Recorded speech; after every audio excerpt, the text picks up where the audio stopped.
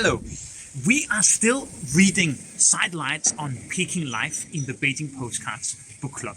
This book is almost a kind of insider's guide to Beijing, written in 1927. In the book, Robert Swallow, he is devoting a whole chapter to Beijing opera. And that is why we are standing in the Beijing Hutong right here.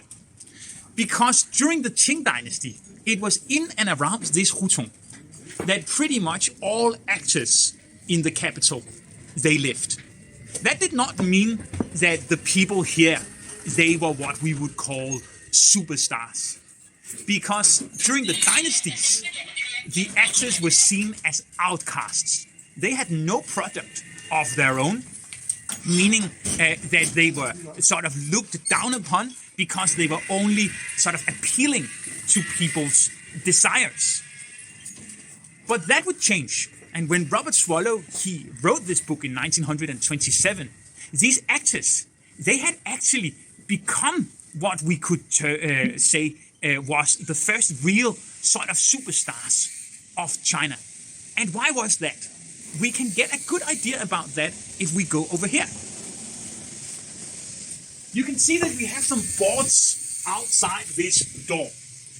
In this Hutong, you actually have boards like this outside pretty much all of the courtyards. And that's because the actors that lived inside the courtyard, they are described here. But this courtyard here is especially interesting. Because if you follow me,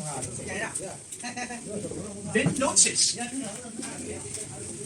that inside this courtyard, you have a place that does not look like the usual Siheyuan, or like quadrangle, like classical Chinese courtyard structure.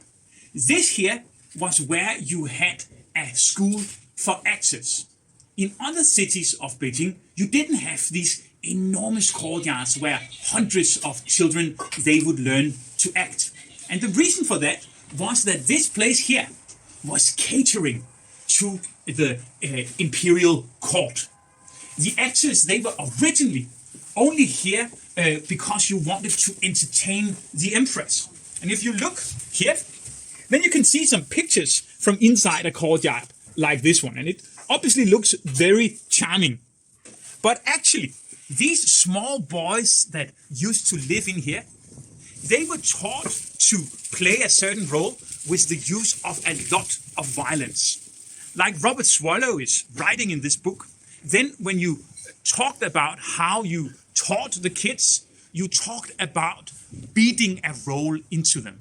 Because a role was passed from generation to generation. And it had a certain standard.